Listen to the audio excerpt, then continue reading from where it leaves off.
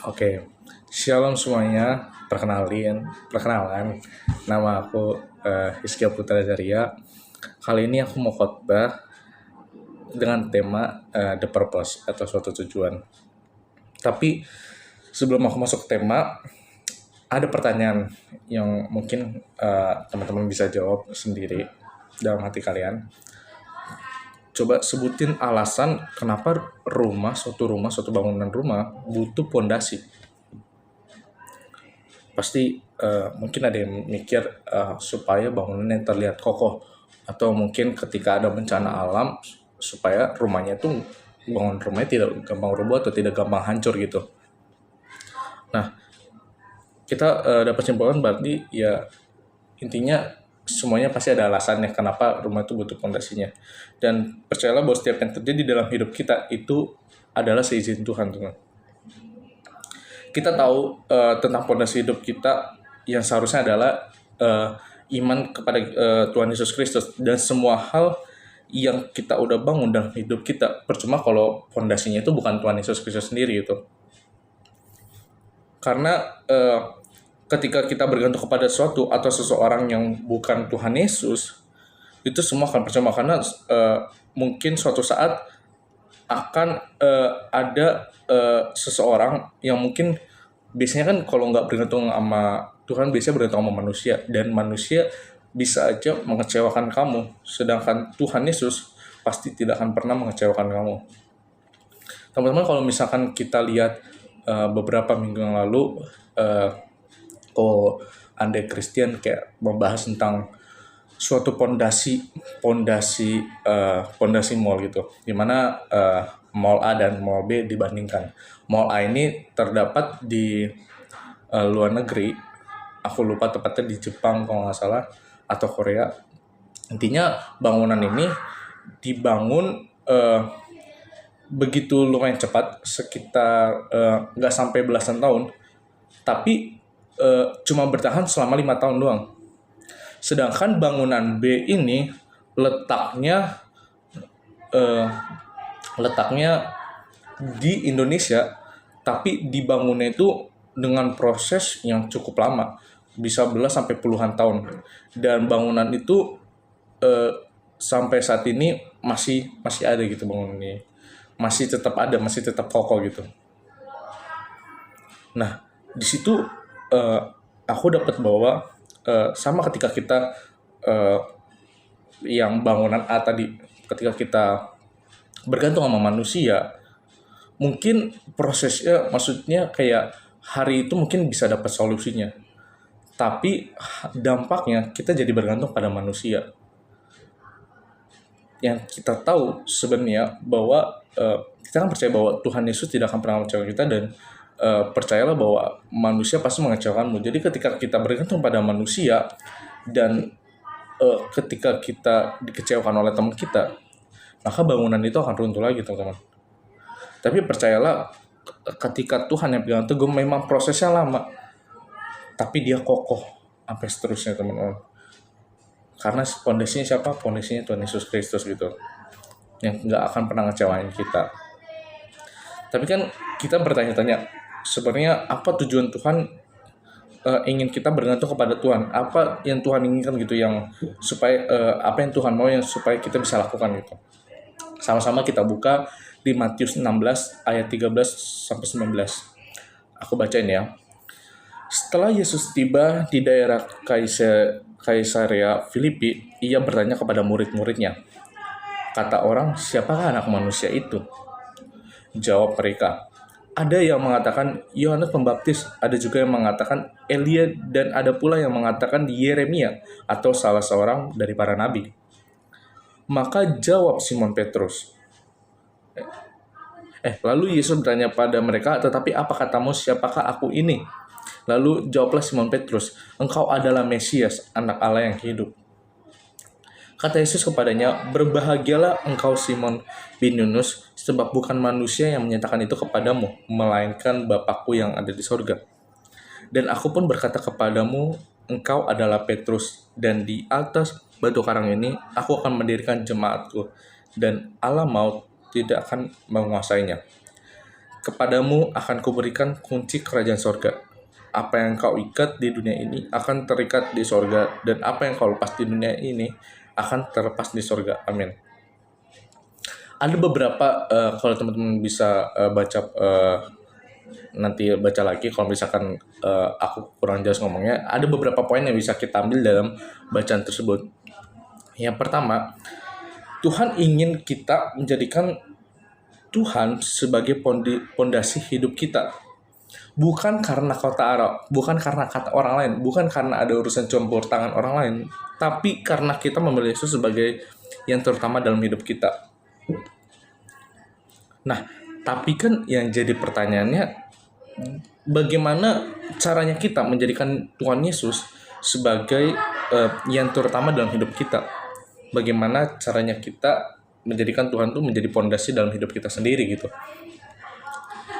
Apakah dengan mungkin kita berdoa setiap hari itu udah termasuk menjadikan Tuhan sebagai pondasi dalam hidup kita? Atau mungkin ketika kita pelayanan di gereja, apakah itu udah termasuk dalam pondasi hidup kita? Apakah mungkin dengan kita saat teduh terus baca Alkitab setiap hari, apakah kita udah menjadikan pondasi Tuhan dalam hidup kita?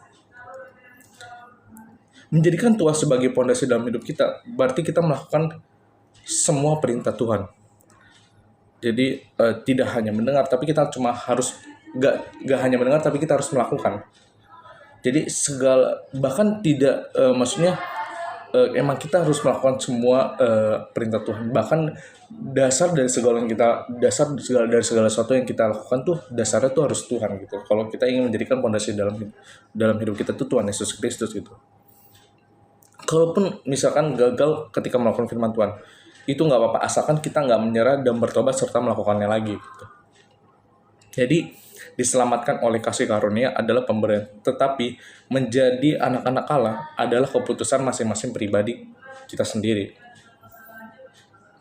Jadi caranya kita ngelakuin apa yang Tuhan mau, kita ngelakuin perintah Tuhan yang tertulis dalam kitab, dan dasar prioritas yang kita lakuin adalah dasarnya harus Tuhan.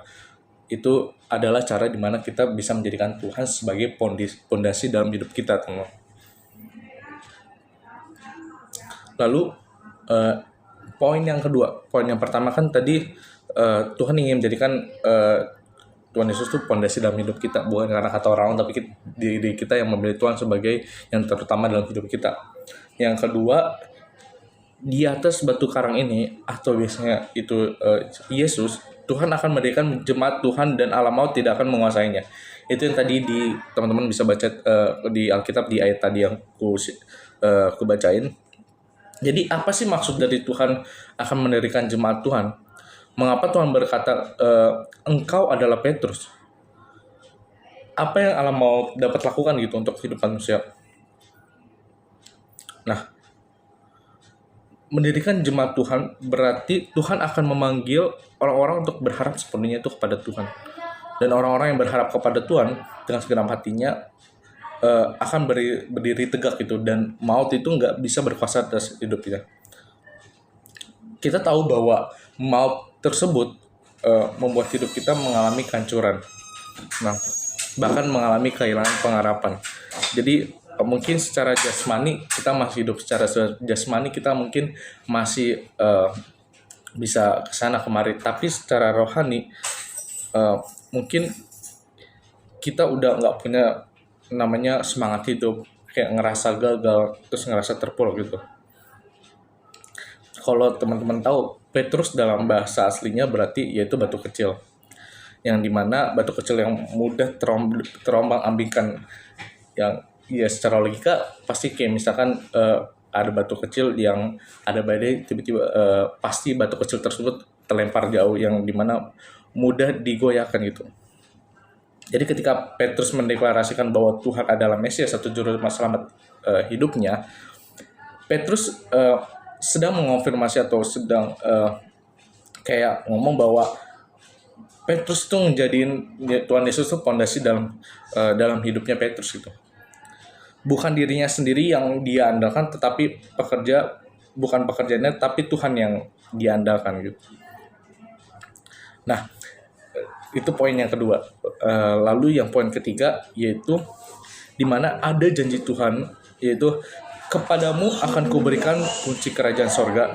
Jadi apa yang kau ikat di dunia ini akan terikat di sorga, dan apa yang kau lepaskan di dunia ini akan terlepas di sorga.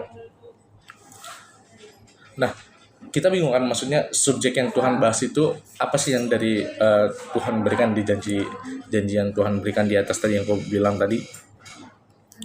Tuhan itu nggak sedang berbicara tentang berkat atau kekayaan material di alam surga nanti, tapi Tuhan berbicara tentang bagaimana maut nggak berkuasa dalam hidup kita.